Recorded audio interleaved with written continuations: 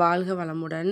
இன்னைக்கு வெள்ளிக்கிழமை காலையில் பிரம்ம முகூர்த்த பூஜையோட 14ஆம் நாள். இன்னைக்கு காலையில் 4:30க்கு தான் எழுந்திரிச்சிருந்தேன். 4:30க்கு எழுந்திரிச்சு வாசலில் தண்ணி தெளித்து கூட்டி கோலம் போட்டுட்டு அதுக்கப்புறமா தான் குளிச்சுட்டு வந்திருந்தேன். அப்புறமா நம்ம பிரம்ம முகூர்த்த பூஜைக்கான வேலையை ஸ்டார்ட் பண்ணியாச்சு. வாசலில் கோலத்தில் ஒரு விளக்கு வச்சுட்டு நிலக்காலுக்கு விளக்கு வச்சுட்டு பூஜை அறைக்கு வந்தாச்சு. பழைய பூ தண்ணி மட்டும் மாற்றிட்டு திரி அதே திரி தான் விளக்கேற்றிருந்தேன். பிரம்ம முகூர்த்த பூஜையை நல்லபடியாக 4:30க்கு எழுந்திரிச்சு 5:30 மணிக்குள்ளே பூஜையை முடித்தாச்சு.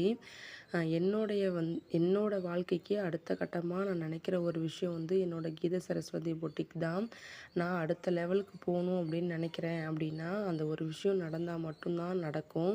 ஏன்னா லக்ஷ்மி ஸ்டோர்ஸ் அப்படின்னு சொல்லிட்டு வீட்லேயே டைலரிங் பண்ணிக்கிட்டு இருக்கேன். கீத சரஸ்வதி பொட்டிக் அப்படின்னு சொல்லிட்டு எனக்கு ஆன்லைனில் ரொம்ப நாளாக பிஸ்னஸ் பண்ணணும் அப்படிங்கிறது ஒரு ஆசை. ஏன் அப்படின்னா நான் இதை சொல்லியே ஆகணும். என்ன காரணம் அப்படின்னு பார்த்தீங்கன்னா, உண்மையாகவே சொல்கிறேன். ஃபஸ்ட்டு நான் வீட்டில் வச்சு பண்ணும்போது ஓகே அப்படின்னு சொல்லிட்டு தான் இருந்துச்சு. அதுக்கப்புறமா கடன் கடன் கடன் சொல்லிட்டு எல்லாருமே வாங்கும்போது எனக்கு ரொம்பவே அது கஷ்டமாக தான் இருந்துச்சு. நம்ம ஒரு பொருளை வாங்கி நம்ம முதலீடு போட்டு வைக்கிறோம் அப்படிங்கிறப்ப அதை வாங்குறவங்க அதில் பகுதி காசாவது கொடுத்துட்டு நம்மள்ட்ட வாங்கணும். அந்த மாதிரி அவங்க செய்யவே இல்லை. அதனால் நம்ம ஆன்லைனில் பண்ணணும் அப்படின்னா டக்குன்னு நமக்கு